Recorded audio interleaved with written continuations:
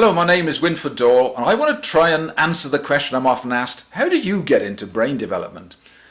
Well, the truth is, I've always been excited when I was told that a problem was impossible to solve, and typical of many entrepreneurs, it's led me to have a lot of fun creating different businesses with cutting-edge technology and disrupting a few industries at the same time.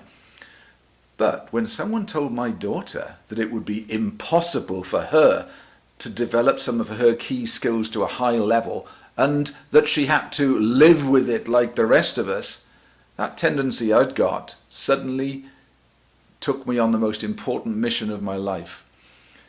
I started researching stuff from all around the world about how we acquire skills, and finally I bumped into some research that started in Harvard Medical School explaining that the cerebellum, the bit at the back of the brain, determines whether or not we are naturals, whether we are good at acquiring different types of skill.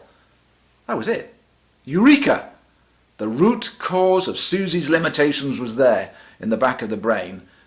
Could this be the clue I needed as a possible answer? Well, researchers I've since discovered say that typically we all suffer from gaps in about 15% of our skills. They never become natural. We never find them really easy, and we learn to live with them because often they're non-essential things that we can actually get away with, like, okay, I'm not good at dancing, or not brilliant at singing or public speaking, or I'm no use at bending it like Beckham.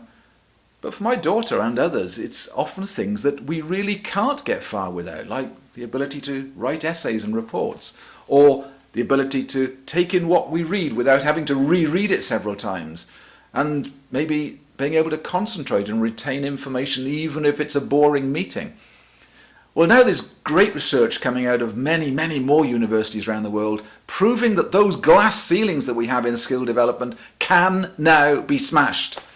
My job for the last 15 years has been to try and keep up with that research and put it into ever-improving personalized programs that anyone can use so that we can all get our skills to a level higher than we ever thought possible. Today, we've built all that of the latest science into an app we call ZING Performance, and it's being used to enhance an ever-increasing range of brain functions: skill development, cognitive processing, memory recall, and even emotional controls. And now we're really enjoying working with world-class athletes who want to deal with the weakest area of their sport. We love working with schools and parents who want their children to achieve their full potential in every area of personal development.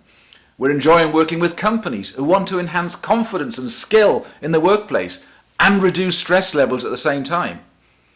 We're even enjoying working with the elderly because last year, in 2014, a university study on 100 people between 65 and 90 showed that we could even help them recover their memory and balance in old age. How exciting is that? So this journey isn't over. Even though my daughter today is happier than ever, our vision is to bring this to the world, bring the best science that's been discovered to break through those limitations that we all have, so that we stop focusing on our own and other people's limitations, but instead we get excited about breaking through glass ceilings. What was impossible is now becoming more and more possible.